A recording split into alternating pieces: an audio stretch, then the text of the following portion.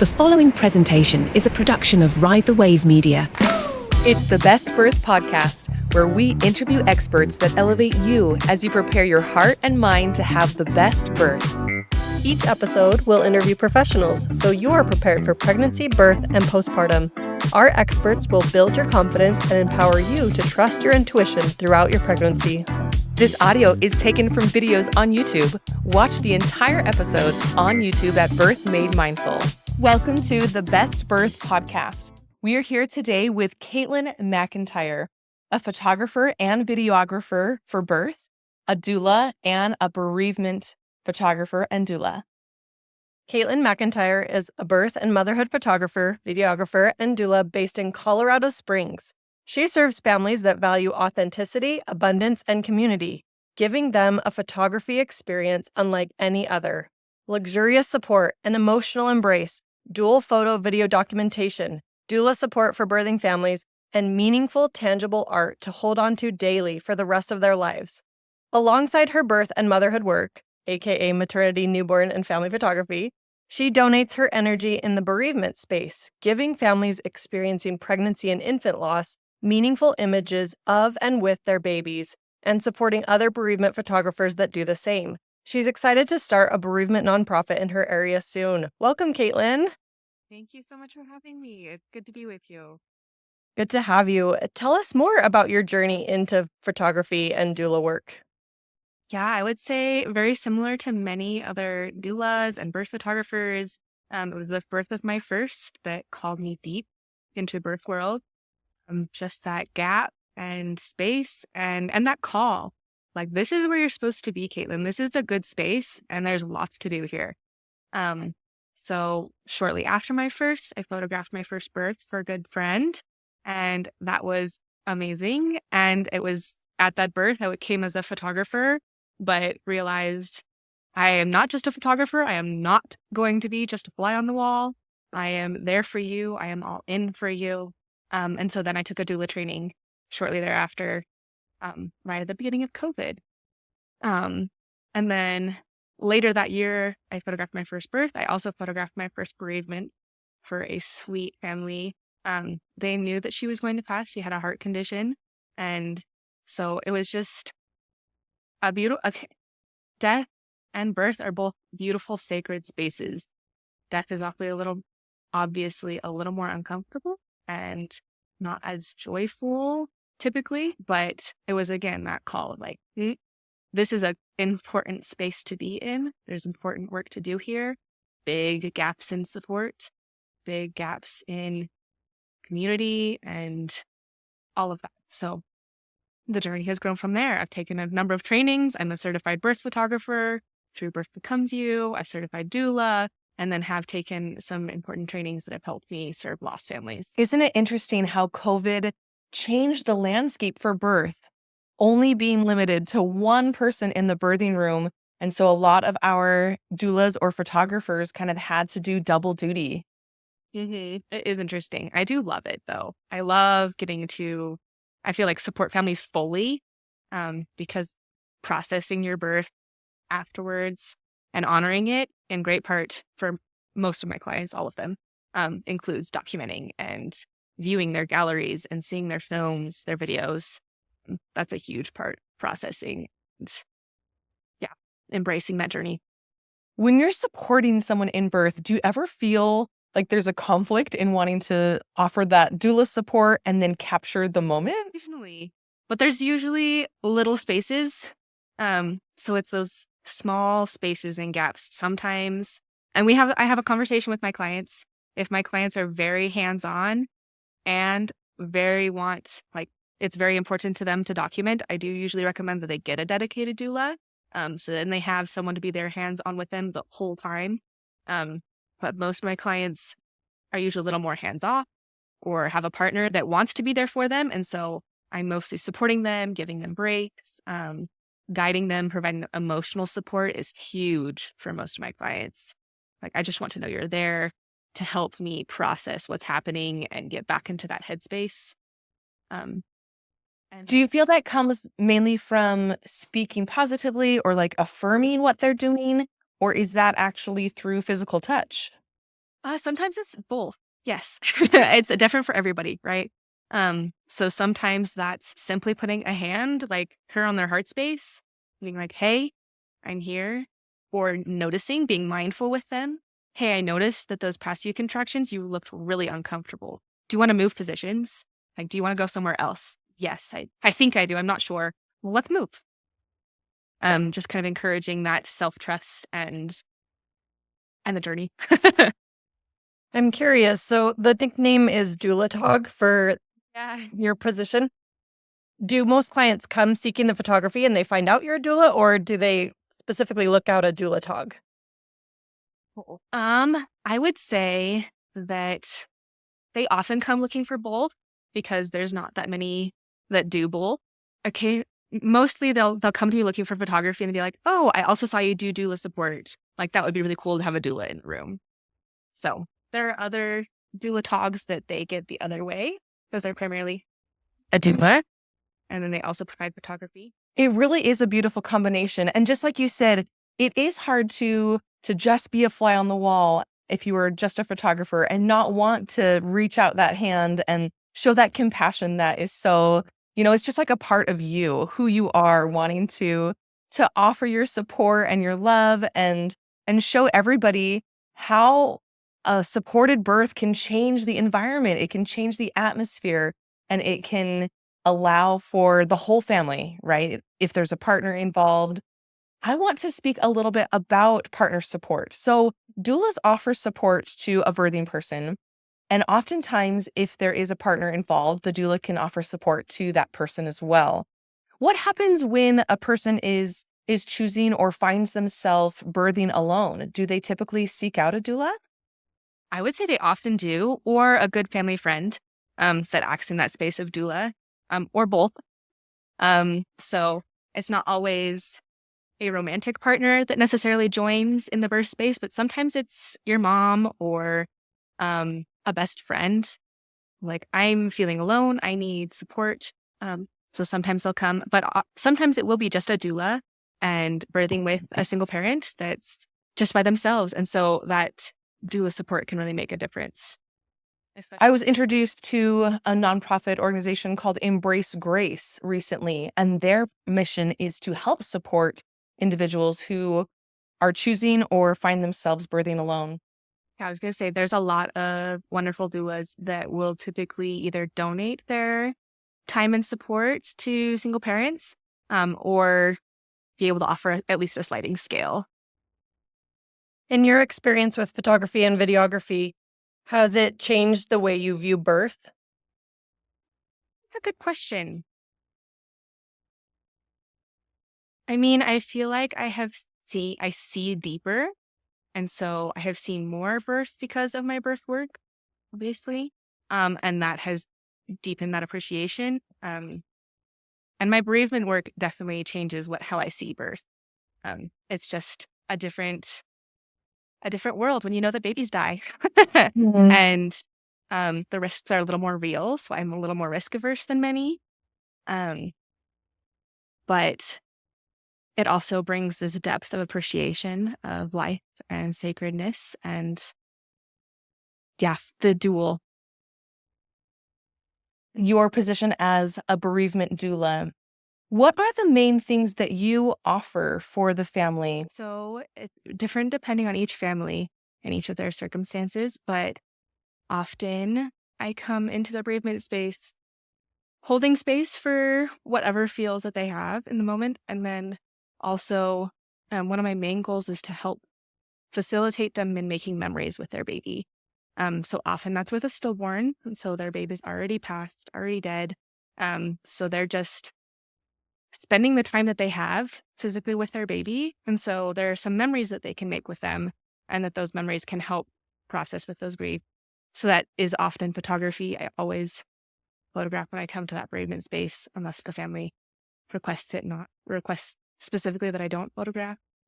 But also like bathing baby or reading a book to them or singing songs, simple things, making handprints and foot molds and some of those physical, tangible things. So like baby has touched touch these items. Are you also there with the funeral arrangements and the funeral process, or is that? Not typically. That's a service that I hope to be able to provide through a nonprofit that I'm working on building here. Being able to coordinate with different funeral homes and refer families, hey, this funeral home is really wonderful for working with stillbirth families or those type of things. But usually it's more in the moment, and then they have other resources that support them. Tell us more about this nonprofit and the mission that you hope to fulfill. Yeah, so the nonprofit foundation is called Star Legacy, the Star Legacy Foundation. I believe they're based in the Minnesota area, but they have 5 different arms that they work on. So they have a strong research arm. So they're doing some research into stillbirth so that they can increase prevention, which is wonderful. And then they also have an advocacy arm. Through their different chapters, they advocate for like policies that are statewide or policies within workspaces that support families that lose, including miscarriage, and just having those policies that support them and help them feel seen and make that process easier. Because sometimes legislation can make the process of saying goodbye to your baby extremely difficult, which is unnecessary. There's plenty of grief already. We don't need more. And then there's also awareness and education. So they have some classes that I think we'll provide to our community here in supporting families, and then also supporting providers in providing more thoughtful care to lost families, which is huge. And then also a support arm. So that might look like your more common support groups or events that we'll put together to build the community here so that other lost families can meet lost families like them. And so that there's a community there. There's not a place where you can speak about grief and about your experience and not feel as judged or, I don't know what the word is I'm looking for here. Alone? Alone. Yeah. Less alone.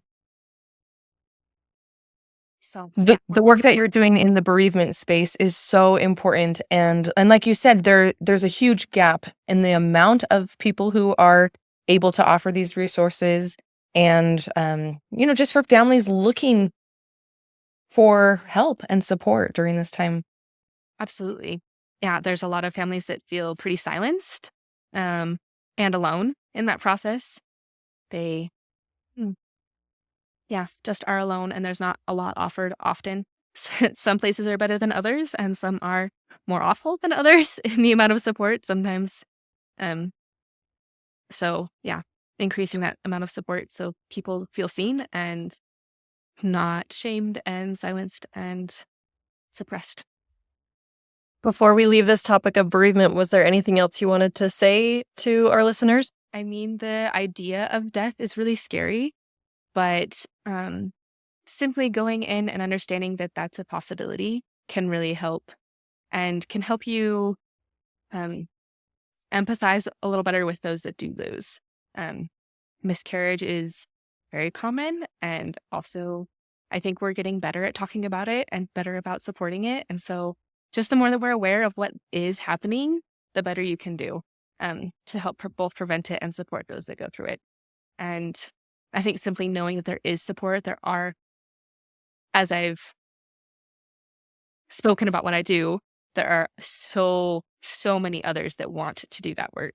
And so chances are that there are birth photographers that offer bereavement support and photography that making those memories is worth it. And so if you ever find yourself in that position or a friend, reach out to your community. There's likely people that want to give and serve.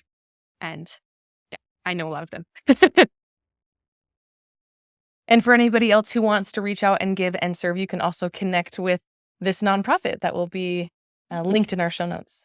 Yeah, I wanted to.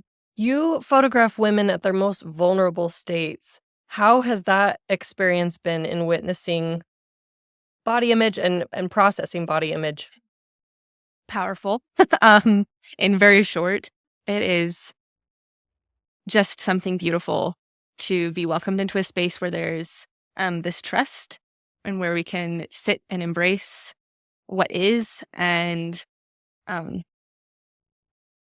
so a lot of my maternity, newborn, pregnancy, postpartum sessions, I love to include more quote unquote traditional portions. So wear clothes. I'm a little more candid. And so having those interactions as a family or embracing all those things, and then saving time at the end to kind of remove the layers that say, hey, I'm pretty imperfect. And just get down to that. Here I am. This is where I am in my pregnancy and my postpartum. This is how I'm changing. And then just sitting there with it, embracing it. And I think that is deeply powerful, because then I create art out of those moments. Those moments are worth making art out of. And so seeing then my clients view their images and their films afterwards, and seeing themselves as powerful and beautiful and worth celebrating in the body that they are in and in the experience that they're in is really, it's profound. And that's why I do my work. It's been so refreshing to see on social media a little bit more realness, even the celebrities, showing them pumping, showing their stretch marks, showing the real life of a mother in the postpartum period, or showing themselves in their pregnancy, that it's not just glamour and beauty and Photoshop. Yeah, I think we crave that and we crave that authenticity, that realness that grounds us a little bit more in a world that's lots of things. And so I think that authenticity is really deep, and we crave that connection and authenticity. I love this perspective, because I know in my experience, I tend to want to fast forward all of that phase, but I'm getting more comfortable with, like you said, sitting in it, celebrating it, and acknowledging that it happened and it's part of the process. And as more people share, then we feel not as alone or unique in our image as it transitioned.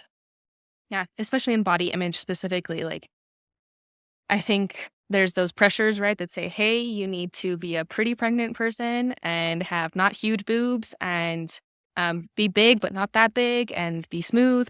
But I think we're fighting back on those. And so now we try to embrace, like, oh, hey, there are different body sizes. We want to be inclusive. We want to celebrate your stretch marks. And then postpartum, that no, you don't need to bounce back, quote unquote, because who does?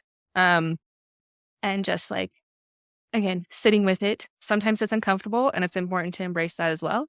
But yeah, body image is huge. And I think we're doing a good job at pushing back on those beautiful standards of society that say we should be skinny and perfect and beautiful. We're definitely doing a better job. We love the author Brené Brown, and in her book, Gifts of Perfection, she says, I define connection as the energy that exists between people when they feel seen, heard, and valued, when they can give and receive without judgment, and when they derive sustenance and strength from each other. And I think just thinking about our connections with each other, is feeling seen, feeling heard, being able to witness the beautiful transformation that takes place when someone gets pregnant and their body changes, and when their body changes in the reverse after postpartum, and seeing a woman who is healthy and active and vibrant, loving and holding and running after her baby. And I think that a lot of times we get into a state where we say, okay, like now it's time to get your body back, or like, do you have your body back? Or I remember specifically being at a family event and having somebody else said, well, you finally got your body back. And just feeling a little offended, but also feeling like, that's okay. If this is something that they value and they want to speak to that, then I should take it as a compliment and not feel offended that I gained weight during pregnancy and that my body changed during pregnancy. I knew that that would be the case. And I was comfortable with the changes my body had made. I love my body. I embrace my body. I celebrate my body and everything that it has been through. And helping other women to see their bodies, just like you said, that's such a beautiful gift that you can give them through this art that they can hold on to forever. And I think, again, it's a little cringe because you never go back.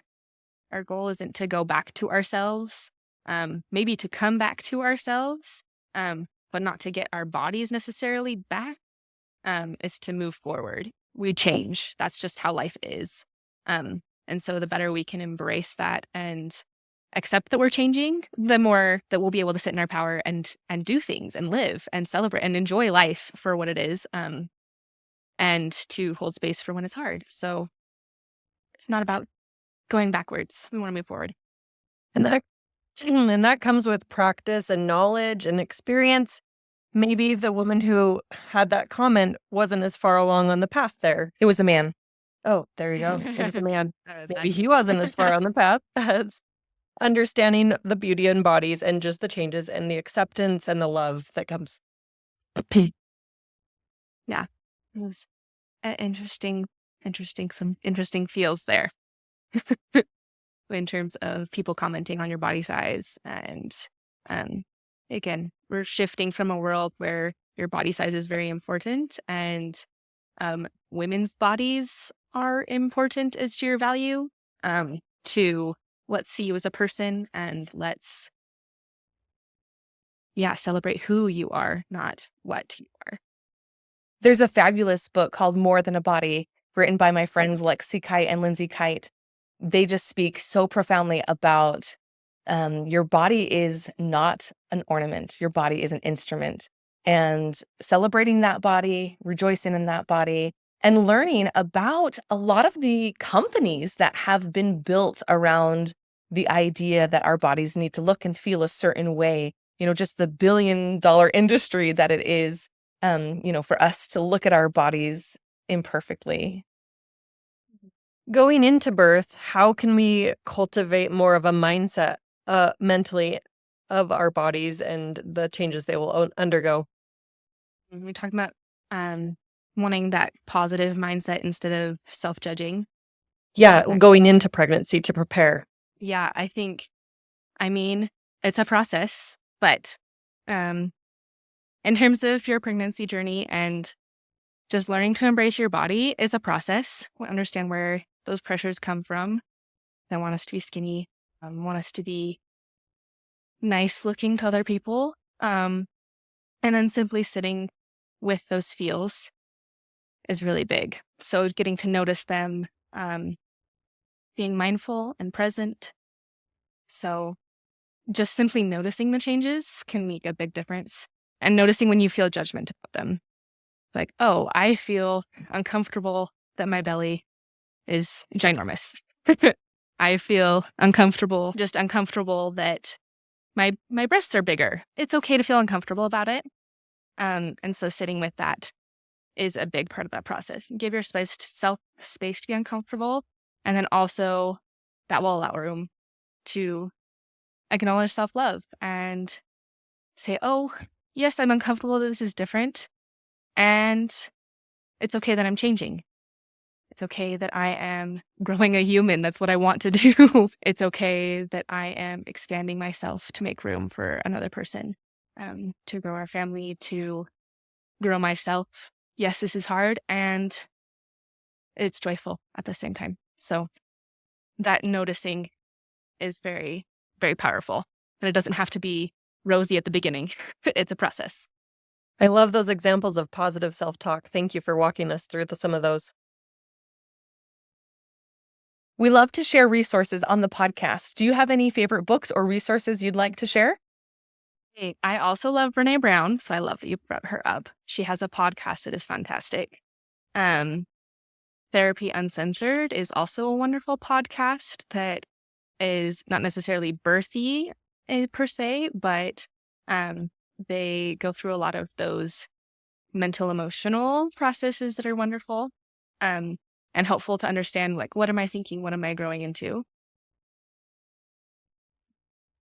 Are there components of body image and these mental shifts that we've been talking about related to birth and the birthing process? And how does it relate to bodily autonomy in birth? Ooh, that is a good question. I'm not sure I see a lot of body self-consciousness in the birth space. That might be particularly because those people that hire me as a birth photographer have already moved through that self-consciousness. They value documenting their birth much more than being a pretty birther or a quiet birther or a quiet parent with perfect children. This is life. So I don't see a lot of that, but I think part of the process of deciding that you want to document your birth does also mean that, you embrace your body as you are. I know there are conversations that you can have with your provider as well if you feel uncomfortable being touched without announcement. They're doing a great job if you are feeling self-conscious. The element of jumping on the scale at every appointment and having a nurse or a doctor just like announce your numbers. If that makes you feel uncomfortable and you'd like them to just record that in your chart, you don't even have to look at your chart to then find out what those numbers are. So if it's something that you want to say, hey, I know this is important for your data for the purpose of this appointment, but for me, I'm not interested in knowing that number on the scale. I'm healthy. I'm focused on growing this baby. I think sometimes psychologically, just putting that element behind us for pregnancy can be really beneficial. Especially if you have a history of eating disorders, that can be very triggering. And so, yes, absolutely. Your provider should be willing to help you and support you. And so if you simply say, I really don't want to see the number on the scale, can I stand backwards? And please don't tell me what my numbers are unless they're drastically off and I need to understand that something's probably wrong. Please don't tell me anything about my weight. Absolutely. Crystal has our Mom Squad secret, and she says, listen to birth affirmations and practice relaxation. And I think this goes right along with our conversation today, just about the mental space and the tools we can utilize both to prepare and in the moment. Kaitlyn McEntire, thank you so much for coming on the podcast today. We have appreciated this conversation. Thank you very much. Thanks for joining us on today's episode. We hope you've been elevated and inspired by this week's expert. Subscribe today so you never miss an episode. And please share our podcast or post on your social media so that other moms and dads-to-be can also have the best birth. Please note that the information provided is based on the expert's insights and personal experience. It is not intended as medical guidance. Please seek the advice of your medical provider as it applies to your specific condition.